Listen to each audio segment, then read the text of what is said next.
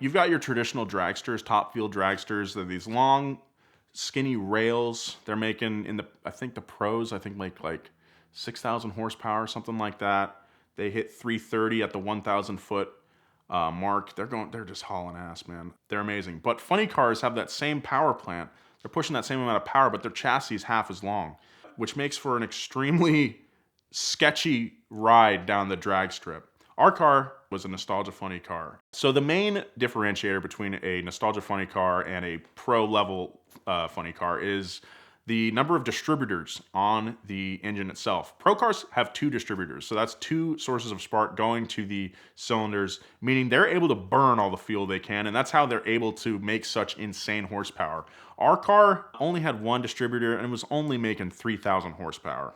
So what that means is that nostalgia funny cars, they do the quarter mile at a speed of about 250 miles per hour, 260, whereas pro level funny cars do the 1,000 feet at like 330 miles an hour. There's a pretty huge speed discrepancy just with that one part. I'm sure there's other pieces at play here, but like being able to ignite all that nitromethane makes a huge difference.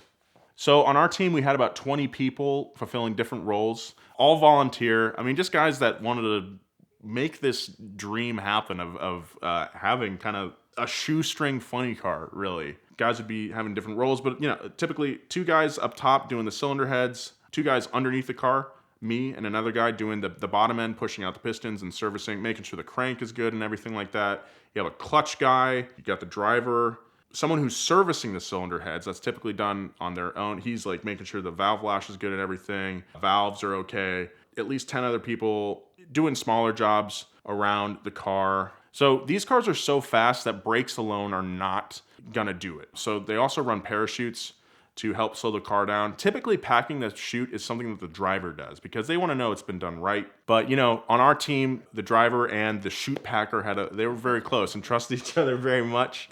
Making sure the tires are at the right pressure is very important too, because if they're too low, it's possible that the amount of grip at launch could bog down the car and make you lose. Warm-ups was something that caused a lot of commotion in the pit. Before every round, we'd fire up the car. Our crew chief would make sure the timing's right and set to like what he thought would be the best for the launch. If you've never been to a drag event where they're gonna be burning nitro, I highly suggest you go. Not only are you feel it in your chest with every pass, like it shakes your bones. I'm not joking, but also being right next to a nitro burning car while it's warming up is a sensory experience. It's pretty much tear gas coming out of that exhaust pipe. In the pits when we're warming up, everyone who's not necessary for the warm up is getting out of there with quickness, and everyone else is wearing gas masks to keep from choking. I threw up one time because I was just chilling behind the car while it was warming up, and I stood there for a little too long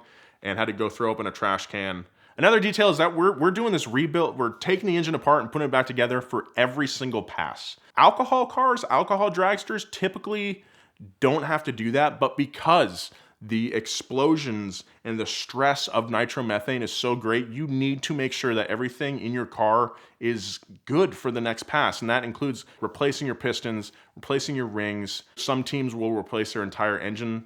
They'll have a couple engines that they rotate through, so they don't really have to have the stress of the tear down and rebuild between each round. Typically, it takes about 90 minutes. It took us about 90 minutes. But, as the event goes on, there's less and less time between rounds because there's less competitors. So you need to get to a place where you can do that turnaround in an hour, maybe in 45 minutes. And it's a very stressful place because you're feeling the thrill of competition. You want to win, but you're also contending with very hot materials dripping into your face and getting in your skin and all that kind of stuff. It's a pretty amazing place to be on a team that can just work so well. You really learn to trust each other. My first couple events, I felt very out of place. I had no idea what I was doing. But, after a few of them, you learn. And, we were a competitive team, but we knew that we were underdogs at the same time. And so when we went far in events, the fact that we were a smaller, underfunded team was a great sense of pride because we were taking it to these guys who would,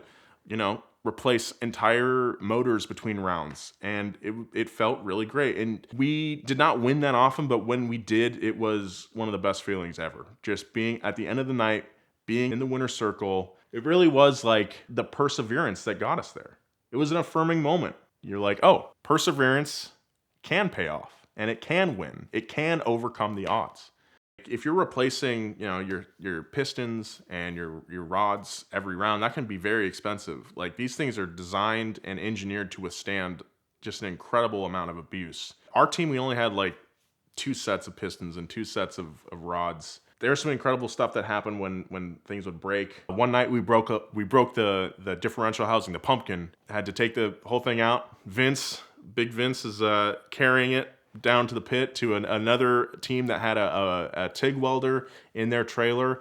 And Smokey, our crew chief, this dude who's literally done everything that you could in racing, also a master fabricator. It's the night before race day. He's in there TIG welding that pumpkin back together and does it, gets it all back, gets it perfect, and we go on and race the next day. It's just like necessity breeds brilliance sometimes, and in the heat of the moment like that. The violence of Nitro necessitates a few things on these dragsters. They have Kevlar straps holding the supercharger on, because there have been times when an engine blows and a supercharger gets launched literally 100 feet in the air. You don't want that. That's generally seen as a bad thing.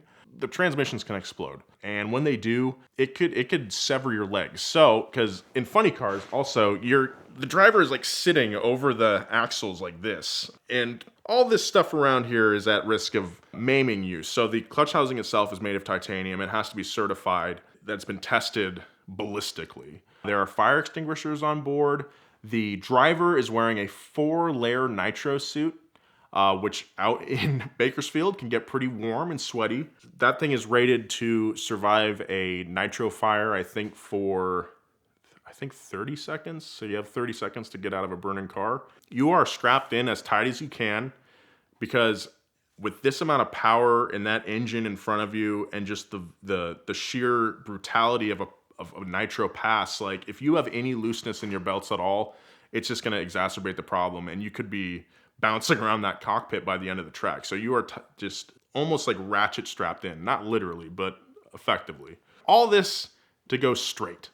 In a traditional rail car, the length of the car helps keep it straight a little easier. But because the wheelbase of a funny car is that much shorter, the drivers might be going straight down the track, but in the car, they're driving it down that track. They're not just sitting still like la-di-da. They are fighting that thing all the way. So that's why you see sometimes the cars will just be going side to side, the rear end of the car sliding down the track. They might as well be like sprint car drivers. I think funny car drivers are some of the best on earth, just in terms of the animal that you're driving down the track. You still have to get down the track, and you still have to win. And the craziest thing is like, I don't know if the drivers know they're winning or losing most of the time. Obviously, if you get totally hole shot and the other guy has a half track on you, yeah, you lost. But for the most part, you're just fighting to keep that thing in the middle of the lane. And it's not just as simple as pressing the gas and going and holding on. The clutch, also like releasing the clutch and how you work it down the track, is also extremely important. You don't want to give the rear tires all the power at once, because you'll just burn them off. You're just going to do a burnout halfway down the track and lose. So you're fighting that, but also, again, trying to stay in front of the other driver. It's a weird balance of a dance with this car. Again, it takes a very special kind of person that can contend with all these factors and still come out a winner every time. If there's, the John Forces of the world, the Courtney Forces of the world that can win consistently, it's a lot more impressive than people even realize. You asked for it, and Auto Tempest now has an app. So head over to your app store now, download it to your phone, and leave them a great review. So now, whether you go to autotempest.com by clicking the link in the description below, or just open up your phone app, you'll be getting access to all the results from all the major listing sites in one place. That is why we love Auto Tempest so much. We appreciate their support of VINwiki over the years, of Car Trek, but most of all because it is exactly where I go every day to find my next car.